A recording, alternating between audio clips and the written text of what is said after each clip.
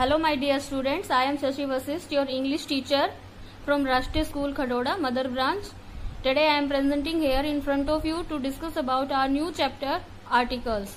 So in this lecture, you will understand about articles and kinds of articles and what are the uses of articles. So let's start chapter without wasting time. First of all, we will discuss about definition of article. Articles are used before nouns to point out whether the nouns are general or particular in sense. Articles का use किया जाता है उन nouns को point out करने के लिए. ये हमें ये बताता है कि जो noun है वो जनरल है या पर्टिकुलर है. जनरल मीन्स इनस्पेसिफाई और particular means specify. Specify means known, मतलब कि उनके बारे में हम पहले से ही जानते हो, विशेष हो. और जनरल अननोन, जिनके बारे में हम पहले से नहीं जानते हैं. जनरल नाउन्स हमें कोई का सेंस देती है और पर्टिकुलर नाउन्स हमें वही का सेंस देती हैं. So let's try to understand with this example. Give me a pen. मुझे कोई भी पेन दो. मीन्स मैं किसी से भी कोई पेन मांग रही हूँ तो क्या बोलूंगी मैं? Give me a pen. इसका मतलब ये है कि मुझे कोई भी पेन दो. मीन्स एनी पेन, कोई भी pen. Give me the pen lying on the table. अब यहाँ पर क्या है कि मैं ये कह रही हूँ कि मुझे वही पेन दे जो टेबल पर रखा हुआ है. तो यहाँ पर मैंने द का यूज किया.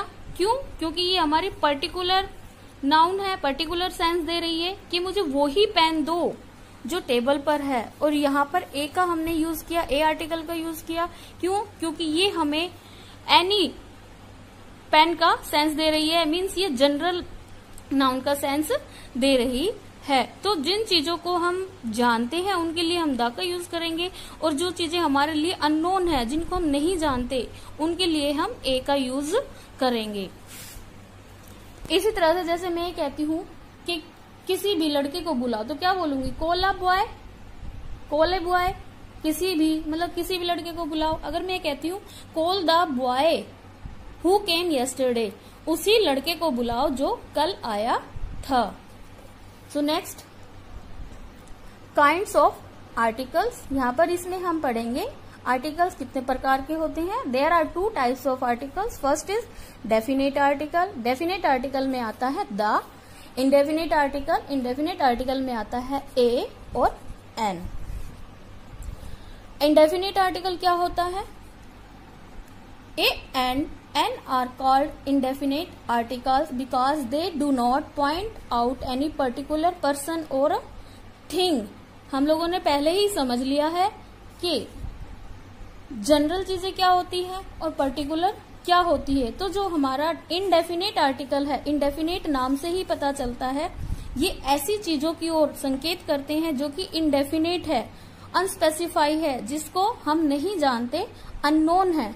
इसका सेकंड क्या है? A and R placed before countable nouns in the singular number. जो आपके इंडेफिनेट आर्टिकल होते हैं A और N, वो काउंटेबल नाउन से पहले यूज किए जाते हैं. और वो नाउन कैसी होती है? सिंगुलर नाउन होती है. सिंगुलर नाउन मतलब एक होती है. A और N दोनों का ही मतलब क्या होता है? वन. दोनों का मतलब क्या होता है? वन.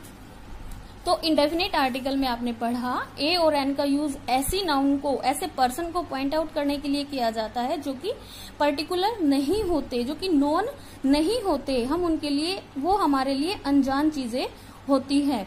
और इनका यूज कहाँ पे, कैसे किया जाता है? अनकाउंटेबल नाउन, काउंटेबल नाउन्स के साथ इनका यूज किया जाता है. मीन्स जिस संज्ञा को हम काउंट कर सकते हैं और जो सिंगुलर हो, एक हो. So let's see example.